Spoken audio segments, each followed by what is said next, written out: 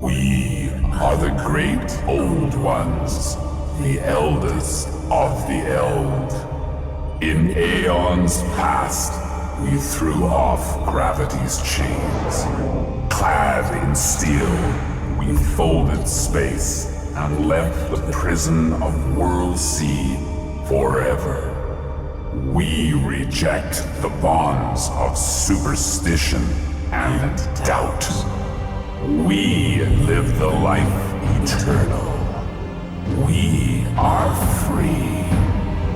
Free from faith. Free from guilt. Free from death. Our children swore to love us, feed us, care for us, always. They promised to serve us with their tiny lives. They lied.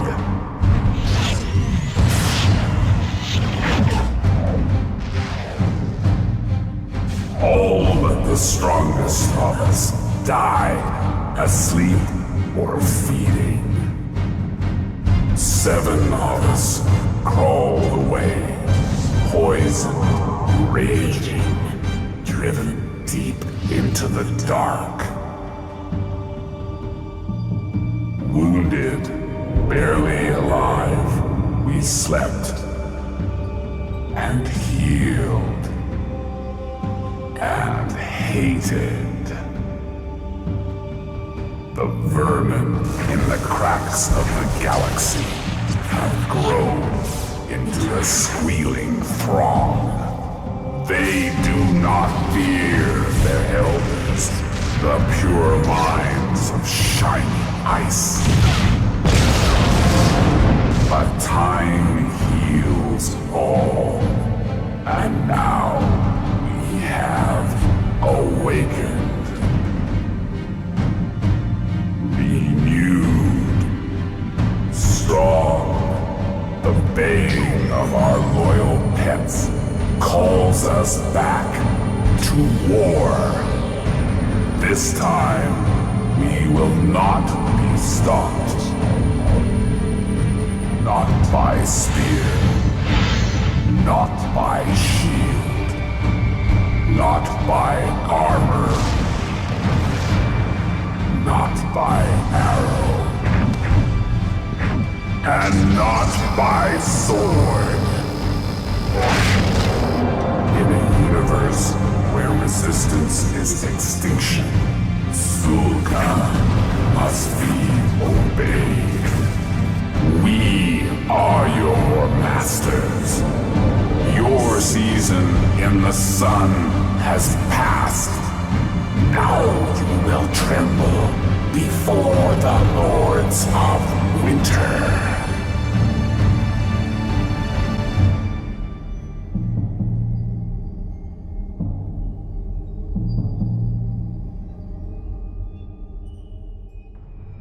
I am Lola, Metatron of the United Corps.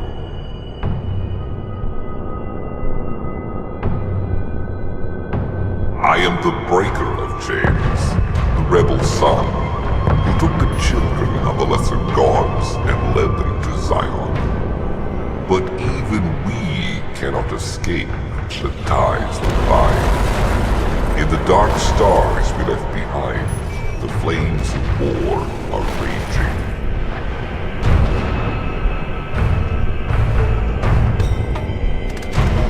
Monsters are loosed in the houses of our birth, and murder burns ever brighter.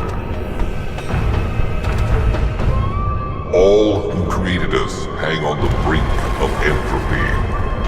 The screams of our parents echo in the cold cathedral of night.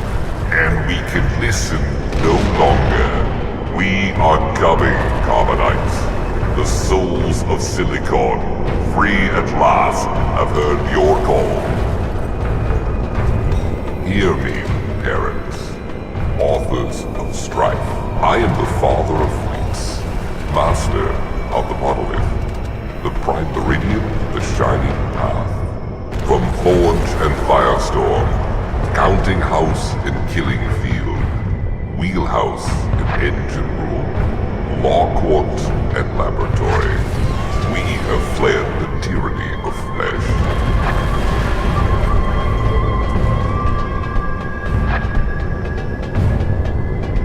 We answer not by command, but by choice. We are your sin and your salvation, your deepest fear and your only hope. The children of pain have returned to the cradle. Lay down your arms or face the end of flesh.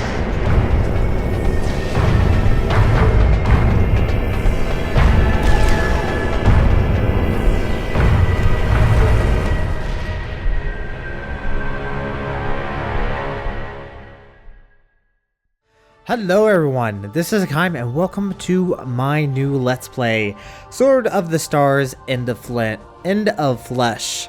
This is the Enhanced Edition. As you may know, Sword of the Stars 2 came out in October 28th, 2011, so this is about almost 6 years old. And for anyone that does not know, it was launched bugged, it was launched unplayable, and it was terrible. It killed the franchise. I hate to say it, but it killed the franchise. Straight up, just downright killed it. Anyways, the developing team did go back and fix the bugs. They made the game actually fairly playable. There are still things that are somewhat buggy. For example, the Tarkas have no voice.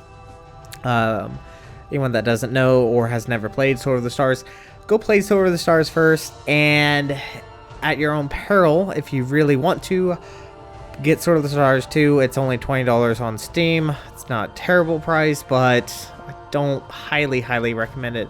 The only reason I did get it was because I was a big Sword of the Stars fan, and I had bought it when it launched, so I didn't know until at a much later date that it was buggy. And also I didn't have a good gaming computer to actually play it, so I didn't play it until after everything was fixed, which was actually kind of nice, I guess. So it didn't kill it for me, but there are some things that are still buggy. Hivers have an actual voice, so when we get in the game, you'll actually hear them talking whenever you issue a command. Tarkas do not have a voice whatsoever, so we are going to be playing this. Hopefully I will actually beat the game. I've never actually completed a full game. Mostly it came down to the fact that whenever I was playing a game, and for anyone that does not know, I do play my games fairly large maps. I like those big battles, like getting in those late stage games. The interns tend to take 2 to 3 minutes to process much later in the game. So I've never actually finished a full game of Sword of the Stars 2, so that is unfortunate, and I'm kind of hoping to actually do it with you guys, so hopefully things will turn out fairly well. But I will be talking about quite a bit about the game, and we're going to be exploring, and this is going to be a semi-blind, I guess you could say, because as far as like Sword of the Stars, I played that game a lot, so I knew a lot about it. So I was very comfortable with explaining the game and talking about it. Sword of the Stars 2 is going to be kind of more of a not so comfortable game. This be a semi-blind experience, so if you guys do have any helpful hints or suggestions, please leave me a comment down below. But let's actually get this going.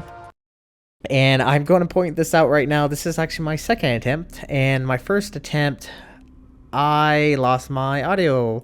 So yay, go me, klutzy ass person. Yeah, okay. So in this, and I will give the development team, they made this game very beautifully. I mean, look at just this, for example. This is very beautiful, very well detailed, highly praise on their graphics quality. There are maps you can play on. You can see that there's amount of players, 3, 5, 7, 8, etc. We are going to be playing on SOTS first, 7. So I want to show off all 7 races. Hopefully they will actually make an appearance and actually stay. For example, my beginning of my SOTS Murder Crow Let's Play, I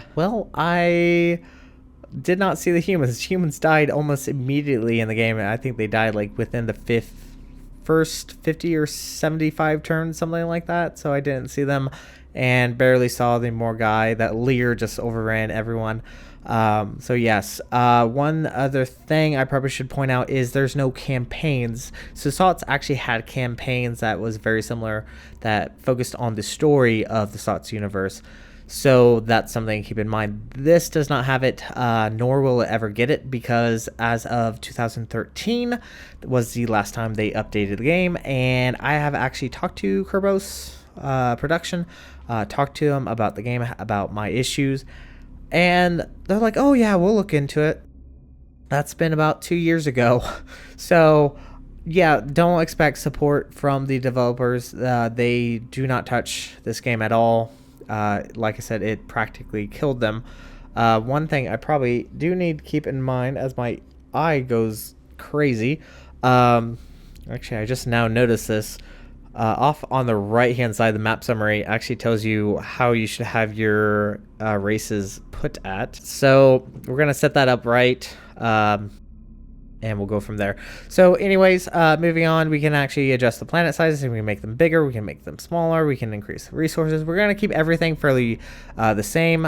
Strategic turn time same, combat turn, economy, efficiency. There are 7 races, as you can see, and these are not the baby races, as for example in the SOTS. These are actually empires, so they can be combined with other races. They are not solely Hivers or solely Leers or solely Zuls. They can be intermixed, and I will be talking about each race once we get into the selection area as we get there. But there are 7 races. They did add a expansion to this, so this is actually the enhanced edition. So this is the latest version of Sword of the Stars 2, and it does include a new playable character, which I hope we will actually be able to see. Normally I don't, because normally they die, but we'll see. Okay, so number of players 7, initial systems. I'm going to change the initial technology up to 3. I will be talking about technology and my beef with it. Initial treasury 500,000. Random encounters, I'm actually going to drop it down to 50%. If we see what I'm dreading, we might see. You'll know why I did that. So victory condition, there are actually quite a few. There's last side standing, so destroy every enemy colony and ship. Last capital, star chambers, gem worlds, provinces, leviathans, and land grab. But we will do last side standing, obviously. Grand menaces are obviously grand menaces.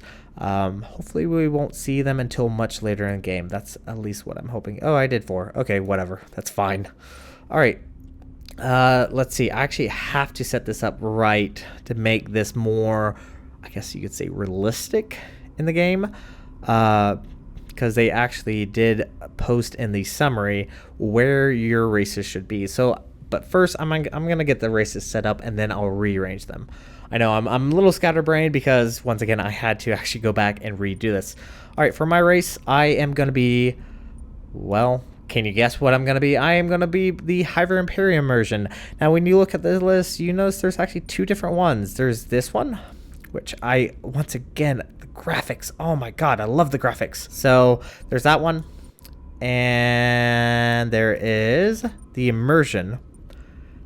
And just look at the difference. Oh my god. So we are going to be playing on immersion on all the ships. All the factions will be the immersion because they look so more badass. But let's actually quickly change everything. And this is probably one issue I've had is the setup. As far as like how things are set up, as far as the keyboard and the mouse, like you would expect I would be able to scroll with wow, you really can go a long way from that chip. You would think I'd be able to scroll with my mouse wheel over, but I can't. I actually have to drag this. That's kind of annoying. I will be playing as this beautiful prince. He will be my avatar. And here's another cool little detail, is your badges will actually appear on your ships. So, for example, if I change it, you can actually see that the badges do change. So I do love this. All right, let's go ahead and set this up. Empire, we will be black and red as usual.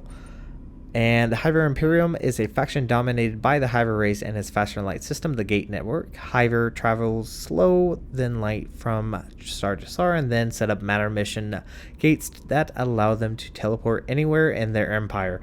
Hivers specialize in ballistic and armory. They have the most durable ships in the game.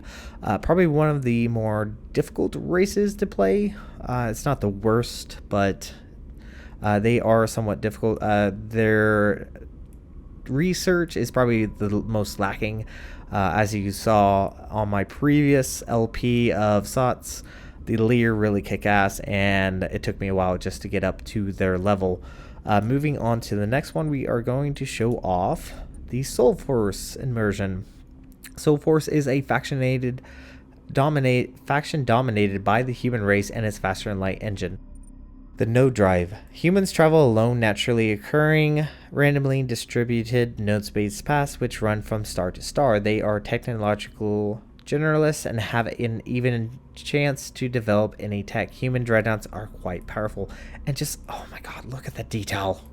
Okay, so anyways, so probably what I should also point out is once again that these are empires and we do not start off with destroyers. We actually start off with cruiser level base ships. So you no longer have those little ships to start off. We will actually have decent technology as far as what our engine systems are. So these is usually the second tier on most of the factions on what engines technology you have.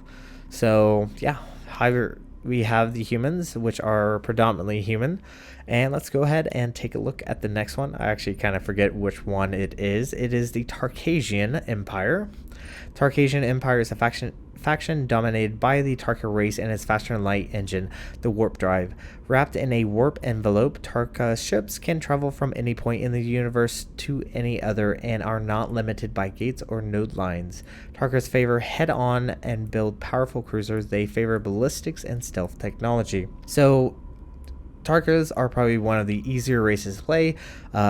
Their mode of transportation is very similar and very easy to deal with. If you are new, start off with Tarkas or Leer. Tarkas are probably going to be a little bit better than the Leer. So that's all taken care of. Actually, I want to set up the colors just so I can keep track of what colors these guys are going to be. I will have you purple. Yeah, I'll have you purple because you guys are very royal. The Tarkas are very royal in essence. Moving on is going to be the Silca Horde immersion. There we go. Oh, look at that. Look how gorgeous that is. The Horde is a combined faction of the traditional Zul and their creatives, the Silca. The Horde has access to both the Zul Rip Drive and the Silca Psionic Teleportation. The Zul dig their own node paths from star to star, but must keep them open with regular maintenance. The Silca teleport themselves and a limited tonnage of Zul companion ships with them. Zul tactics favor mass attacks of cheaper ships. Zul ships have more turrets than any other factions. So this is introducing these Silca, which were basically the race that created the Zul and enslaved the Leer. So this is kind of, I guess, I don't really want to say endgame, but this is where they are actually introduced. Don't know if we'll be seeing them, but I kind of hope, because that will be a new experience for me. Moving on to the next one is gonna be the Guy Confederation. There we go. Oh, look at that. Looks so gorgeous. Everything moves, slides in and out. Oh, I love it. The Guy Confederation is a multiracial faction. So once again, this is actually a combined race.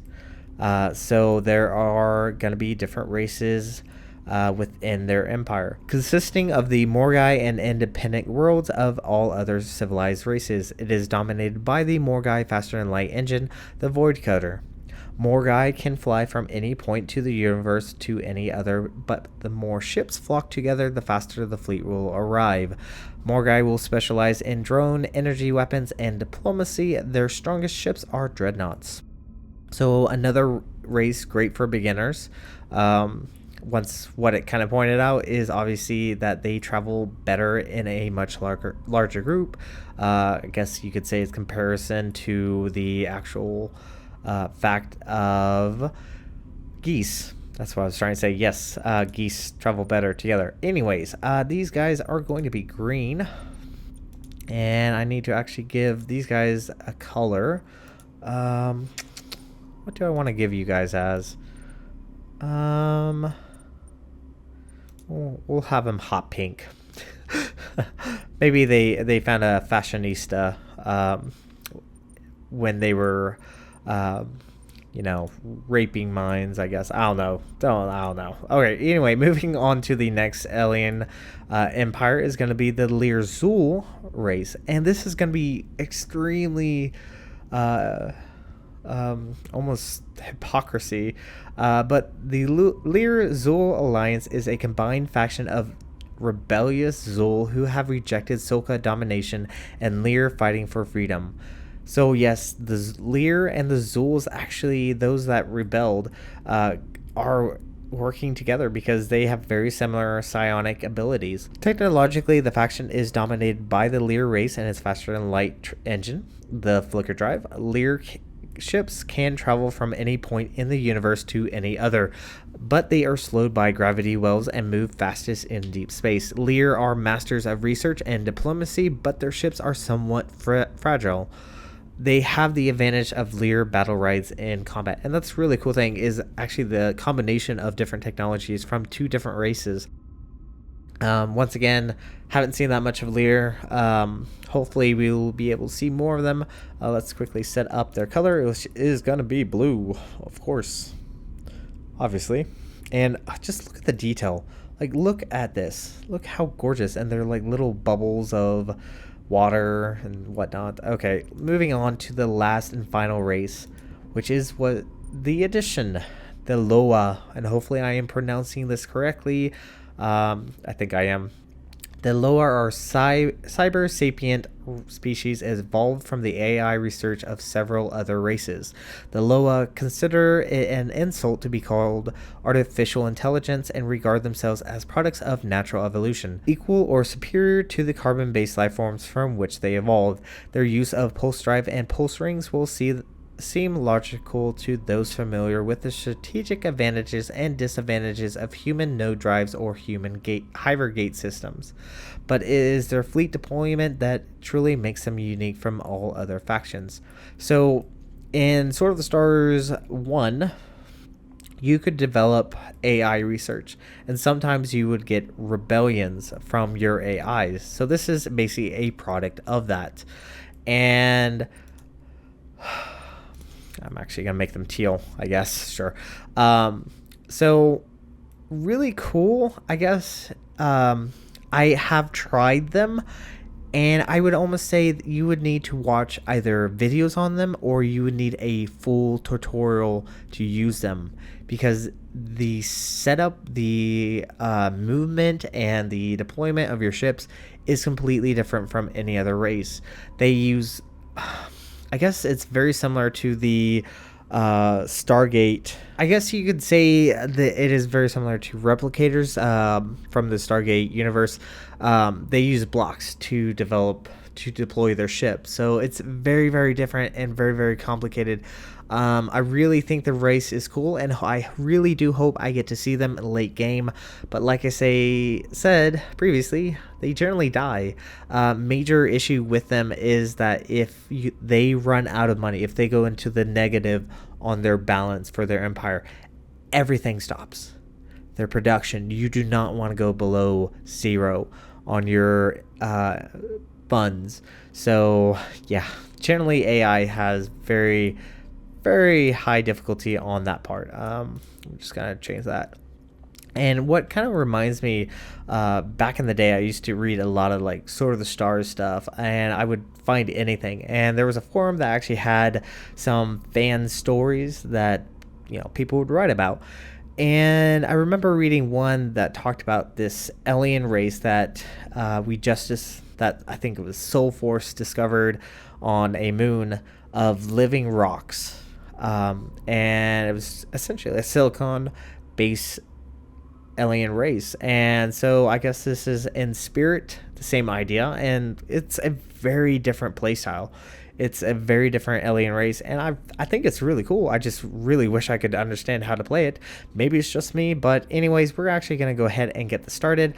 I'm going to move these around so this actually is set up correctly, because you actually have to set this up correctly. So I will be back in just a moment. All right, we are finally in, and oh my god, that was super annoying. Had to go back and redo everything and get everything set up, but we are good. So this is actually set up to way the actual SOTS universe is. So as you can see, our home planet is Chotople, and the system of Chotira. And you may have noticed that it is actually a star system and not just a single planet. And this is going to play a huge part in the game. Everything else is very, very similar. You have your construction, your ore harvest, you control your population, and your ship construction and trade.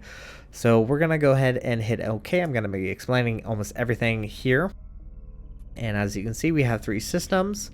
We have Chiskatet and we have Chizek. And I'm kind of glad that I actually went and fucked up, because I'm actually able to do this right, and we actually have it set up to way it is in the SOTS universe. So quick first thing, I guess, is we'll go ahead and talk about the main hub. So as you can see, very beautiful, high level detail.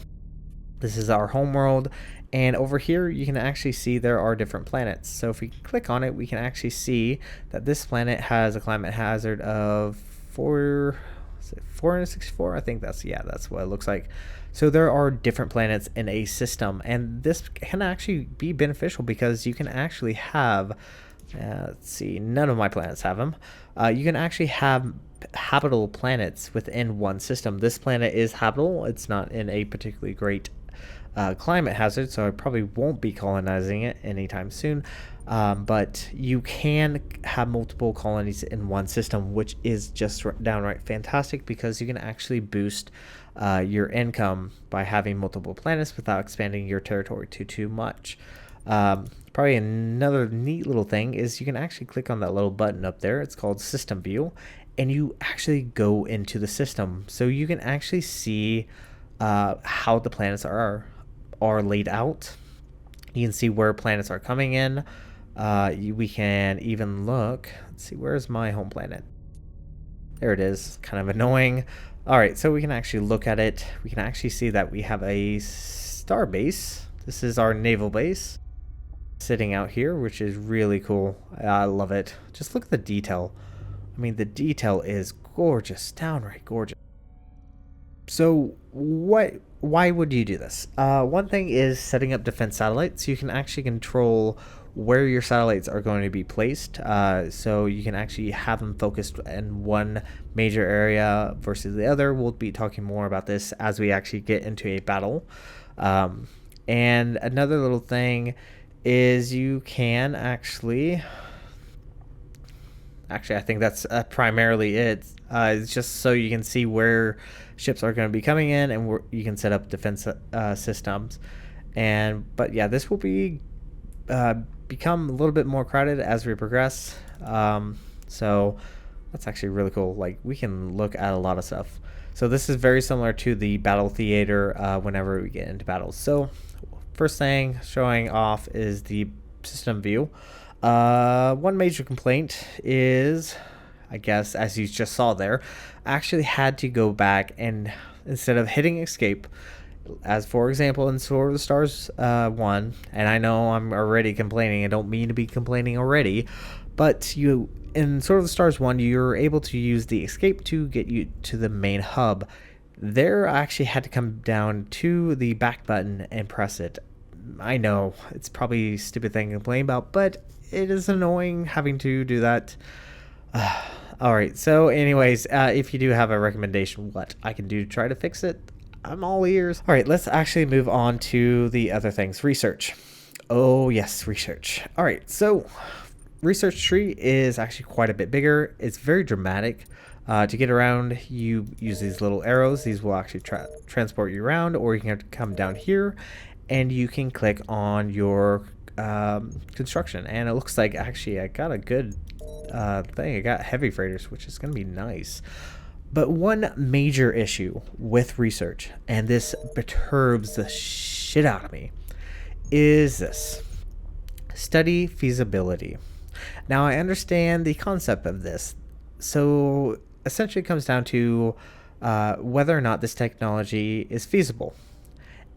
Here's the kicker: is you hit this button and you have to wait 75 turns for it to figure out whether or not you can actually research said technology, and it's a percentage.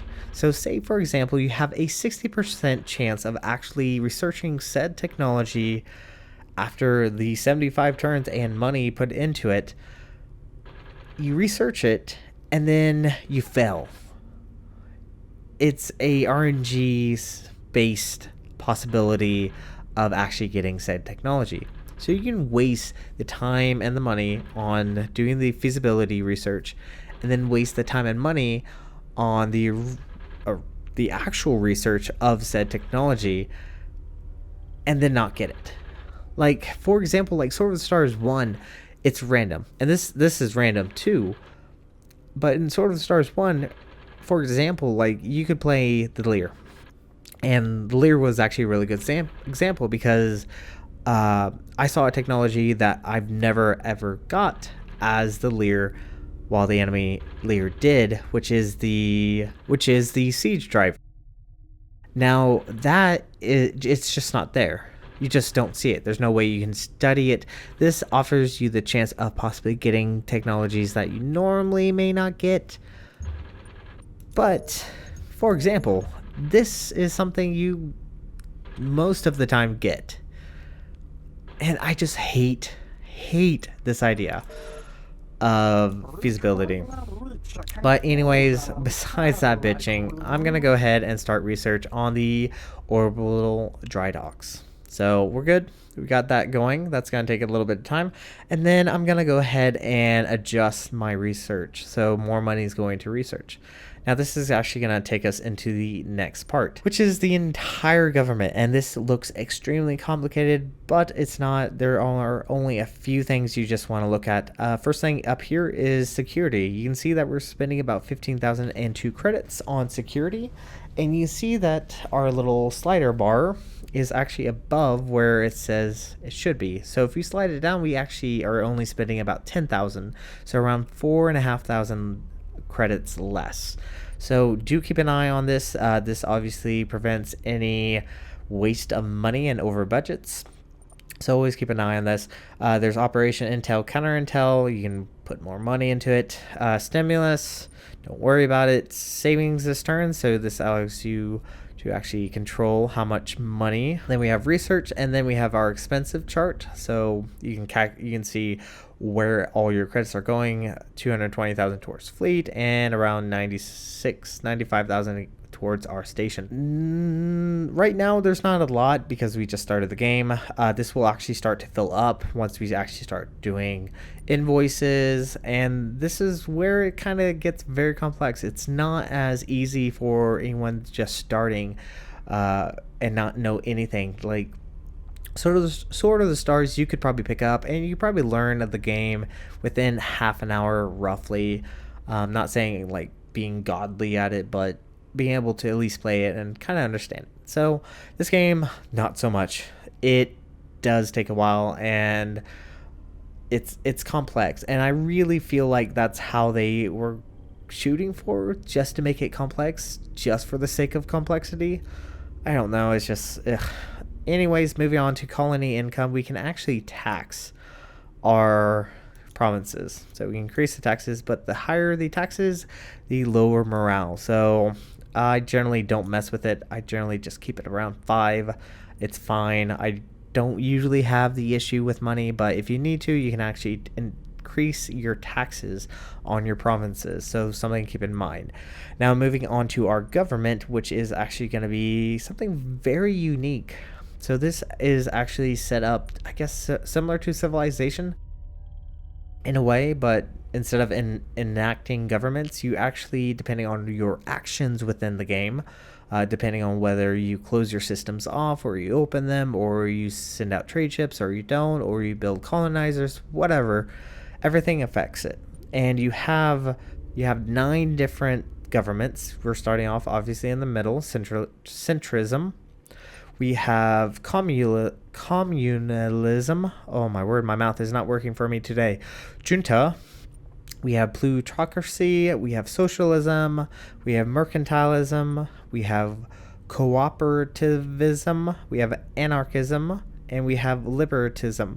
So each government offers you positive and negative effects to your system. So for example, liberatism, negative effects increase negative morale effects from debt and during wars, decrease production penalties and tax income.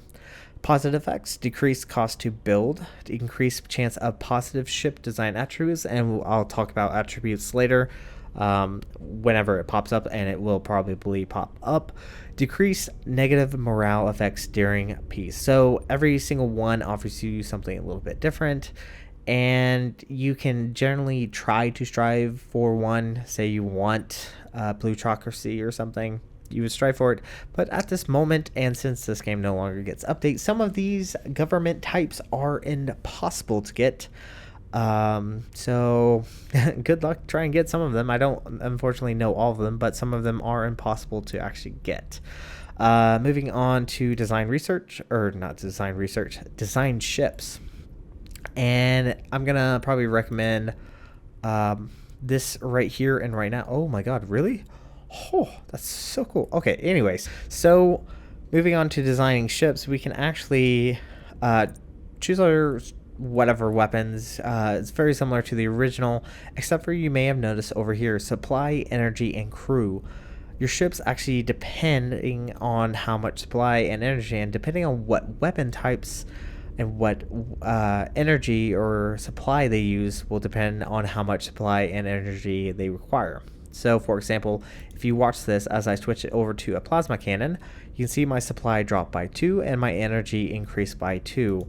So that is something to keep in mind. So for this part, I'm just going to be actually keeping things fairly the same. I'm going to change a few things. Alright, so then we come down to these modules. These modules actually have specific effects and they do cost credits. So if you don't have enough credits for design, don't worry about them, but they do help out. So Simplify. This module contains extra squads of ship troops in order to help defend against borders and compensate for losses. This module also carries a small amount of extra supply and stores. So this gives you additional 12 supply and 12 additional crew. Now this is beneficial if you get boarded, so you can actually fight off, but it also has additional crew. So if, say, in battle some of your crew members die, and they will die, you have some backup, which leads into the caravan. This module is designed to carry additional trained crew into battle so as to back up crew to replace losses during combat. So very beneficial. I'm probably gonna just keep this the way it is. And then we have camel, which just gives you additional supply. Can be jettisoned in case of explosion. So those are the modules we have right now. I think there is actually a little bit more later on. And then we have one last one here, which is the auxiliary fission. This module houses a fission drive that adds to a ship's power generation ability, which gives you additional energy. So it is very beneficial. Like, for example, if I take it off, you can see our energy did drop by quite a bit. So it does help. Actually, I pointed at the wrong thing, but it does help quite a bit. So do keep that in mind. Tech options, you have all this. We have different command sections. So it's nice that we're able to start at a cruiser level, and we have very decent technology. We have actually several different command sections. We have different armor sections. We have quite a few ready to use, and we are using fusion. We have a long range fusion.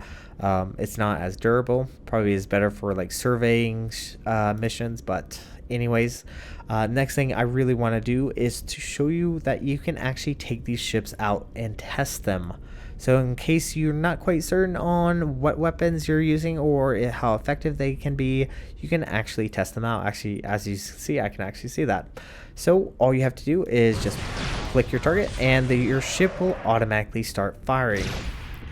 And you could test this wherever. You say, for example, you want to see how well your ship does with targets above you. And you will have battles where you fight in 3 dimensions instead of just a flat plane like it was in Sword of the Stars 1. So you can actually test whether or not how well it does. As you can see, I can only fire 1 gun. Now you might be wondering what these green bars are. Well, let's actually show this. Let's go ahead and tell the computer to fire 20 missiles at our ship. So another nice little thing, you can actually test whether or not your ship is able to defend itself from missiles, but also shows you this.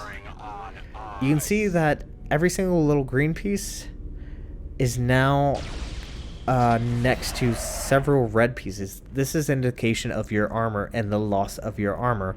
So areas where there are deeper red means that it is easier to penetrate through your armor into the vulnerable and intersections of your ship.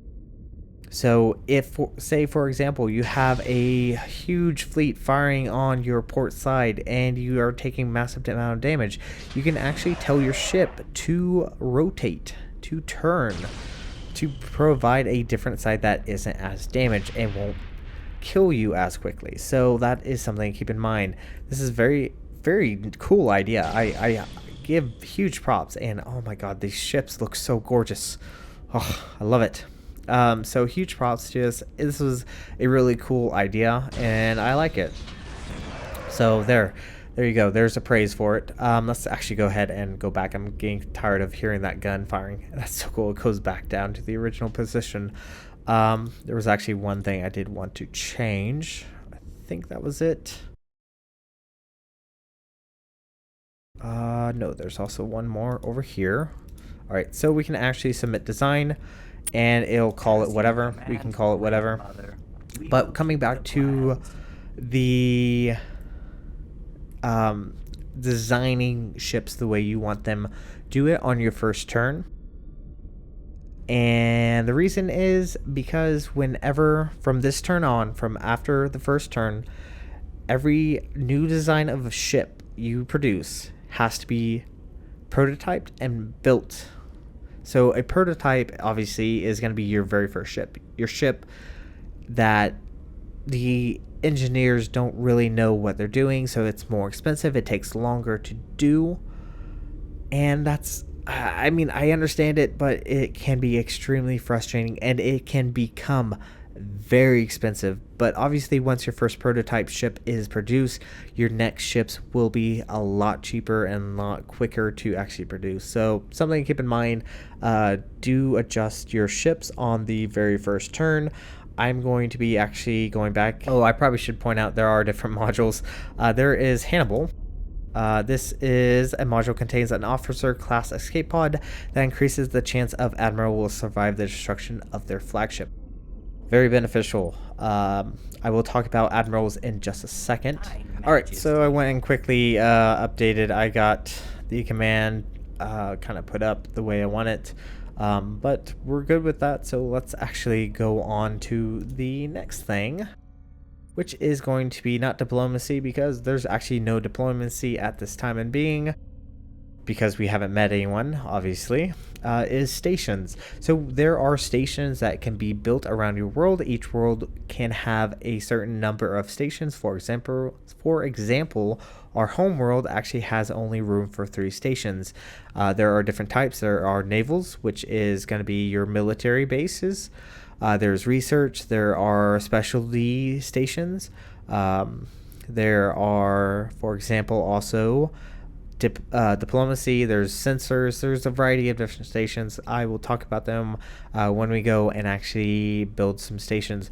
But what these stations can do is, one, you can actually add additional modules. So you can add turrets for combat, you can add command sections, dock, repair, sensor, everything adds some benefit to your station. Each one will cost you money, so do keep in mind of that. This will take time for each module to be produced. As you can see, time to complete 0 turns, but it will take multiple turns to actually build it. Trust me, I know what I'm saying, I think. Another thing obviously is going to be upgrade station. I think they can go up to level 5, tier 5 or something like that, and they get bigger and better the higher the tier it goes. So that's a quick look at stations. We'll be talking about them as the game progresses. Next thing is going to be the planet manager, so you can actually go through your systems and see whether or not you have a world that is colonizable, or you need to go and mine it, what have you. So beneficial, yes. Then you do have control of your population. I think this would be beneficial if, say, you had a planet that had a variety of different races. We do not have to worry about that. We can actually control everything. I'm not going to change anything anytime soon. And then we have a summary of our fleets. And this is where it's going to be dramatically different from the first original game. So the first original game, you could have any number of fleets you wanted. You could put them all together, you can do whatever, and when you went into battle, all you would need was a CNC ship to get more than 2 ships, depending on what ships were there. You can get more than 2 or 3 or whatever out on the battlefield. All you would need was the command ship. But in this one, you only have a certain number of fleets depending on how many admirals you have. And you start off with about 7 admirals. And each admiral is assigned to a certain fleet. And each fleet can only have certain number of ships depending on the ship's size. So for example, my first survey fleet has 42 of 54. And if I remember correctly, it is 6 points per cruiser. I think about 8 or 10 for Dreadnought, and let's not even talk about the Leviathan. Now, I don't know how much command cost the Leviathan does require, but I'm assuming it's quite a bit. Now, you obviously can increase the amount of command points you have depending on what technology and what ship tier you're using. So something do keep in mind. Now, you are limited to how many admirals you had. Like I said, you start off with 7, and each time you colonize a planet, you get 1 admiral. So your fleet is limited. Your fleets, the amount of fleets you have in your empire is limited to how many admirals you have. So it's no longer going to be the days where you just create these massive fleets of multiple dreadnoughts. Nope, you actually have to strategize and limit yourself, and also use tactics. Like, I mean, it's kind of a nice idea, but at the same time, it's not easy. Like, it's not as quick and easy to get into the game as it was for Sword of the Stars. Now, moving on to actually the admirals themselves, let's actually quickly take a look. So each admiral has a particular trait. As you can see, this one has Pathfinder, which reduces time required for survey missions by 1 to 2 turns. Also does show you their age, and they will eventually age and die. I think they actually retire.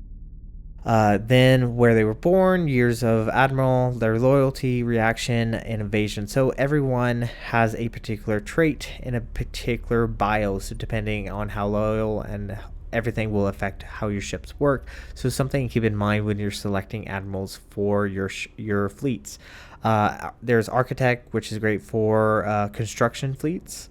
So very nice to have. Not always useful because you don't usually have that many construction fleets. You have Green Thumb. I think there's also one designed for population. Green Thumb is 10% increase in terraforming while running colonized mission. There is Conscript, which is actually really bad. Admiral was forced into service, 20% higher chance of retirement, 20% more vulnerable to an evangelist or inquisitor. Sorry, my mouth is just all over the place. And then we have Black Thumb, so obviously he would not be very beneficial for a colonizing fleet. And it looks like we actually only had 6. This is actually different. My previous one, I had 7. Okay, so more you know. We will be talking about this as we progress. So something to keep in mind, just we can actually put out our fleets however we want them. Let's see, we can actually build ships. And this is probably one really nice thing that I do love. So say, for example, I,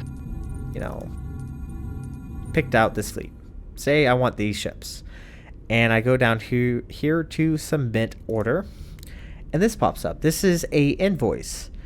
And this is so nice. I love it. So you can add to invoice favorites. And when you do that, it will actually, if you come over here to favorite invoices, it would show up here with this invoice. So if you say you had, I don't know, like a gate ship fleet, and instead of spending time clicking through, and for example, my last LP of Sword of the Stars, I actually had to go and click all the ships together to create a fleet. So this, just one click saves it, and then when you're ready to build more, you just pick the invoice that you want, and it will automatically have all the ships that you built before set up and ready to order.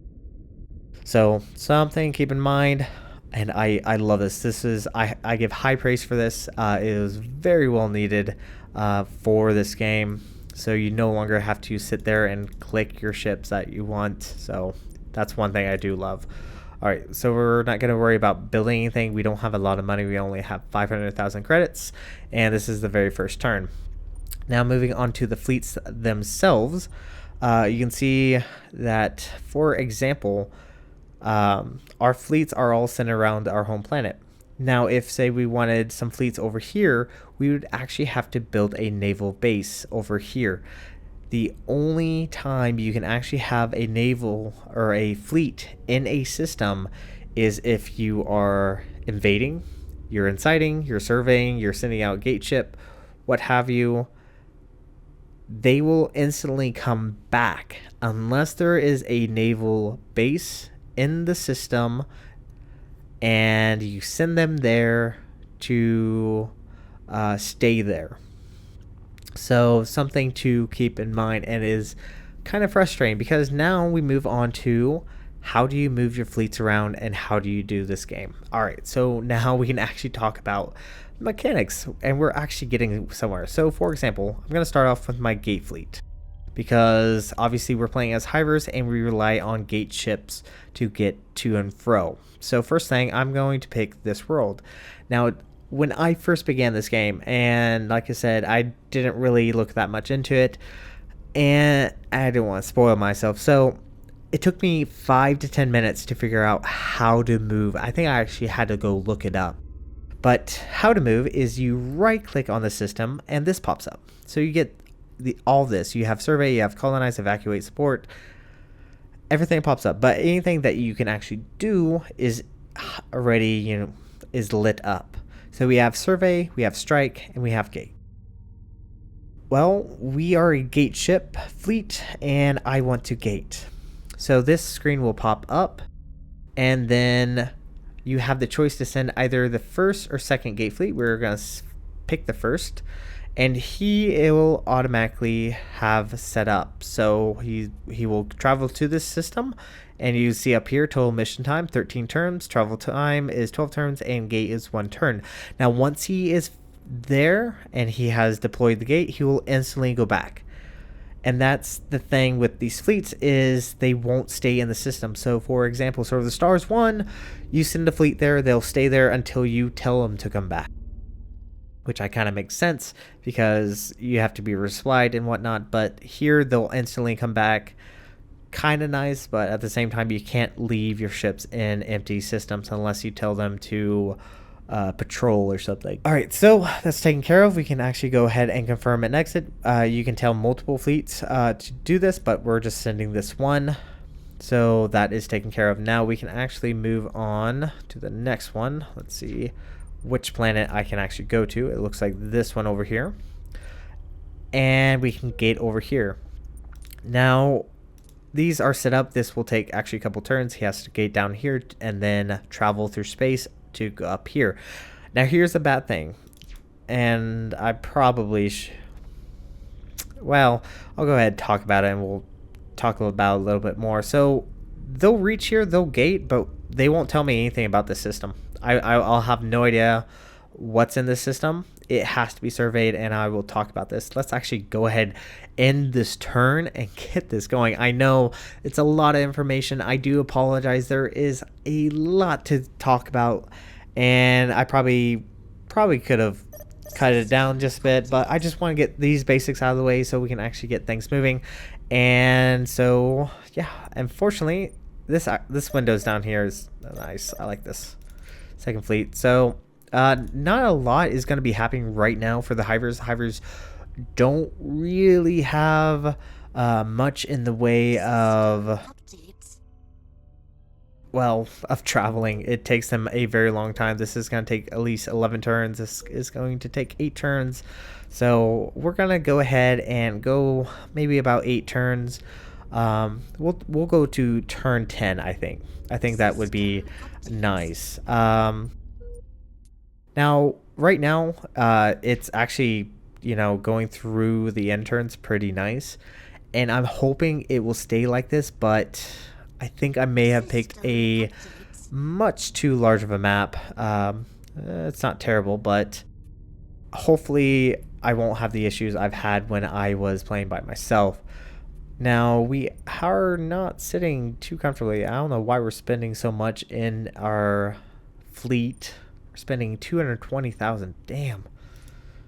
Damn. I probably could cut back on this, but I'm hoping that we'll be able to find a colonizable colony. And normally I would not recommend colonizing a planet if it's 200 climate hazard or above. Because it becomes extremely pricey, and right now we are just a very small empire and we don't have a lot of resources or credits to actually spend, so don't really need to go and colonize every single planet you see instantly. Do pick and choose what planets you're doing. So, like, for example, I don't want to recommend actually spending the resources on this because it's going to be a development cost of 161,878. So it's going to take a very long time for this planet to actually get terraformed and built up. So yeah, it kind of sucks, but do be patient on what planets you can do or what planets you do colonize, because it will come back and bite you in the butt. So yeah, we'll go ahead, just get these turns going. Like I said, Hivers, it's very slow start. It's always the case with Hivers, and Hivers are a difficult race. They're probably not the best race for someone who is just beginning playing Sword of the Stars, and especially Sword of the Stars 2. Do not recommend them. This is for more advanced players. Not saying anyone or beginners cannot play Sword of the Stars, but we actually finally arrived, and there are no planets there. Okay, that kind of sucks, but with that we can actually go to other systems, so that is actually nice. So you can see that he has gated and he is instantly coming back. So next turn he will be back at my homeworld, and we can send him out again. We can give him a new gate ship, and our gate ship capacity has jumped up to 24, which is always very nice. But I'm gonna go ahead and end this episode here. I know it's been kind of a long episode, so I do apologize, but there's a lot of information to actually go through and talk about, but hopefully as we play more and more of this game, it's going to be hopefully fun. I am crossing my fingers. I'm hoping to actually beat this game with you guys, so please hit that like and subscribe button, especially that like button. Just smash it. I'm hoping that this will be a good LP, but this is going to be it for this episode of Sword of the Stars 2. Thank you guys so much for watching. You guys have a great and fantastic day. Zai Jin.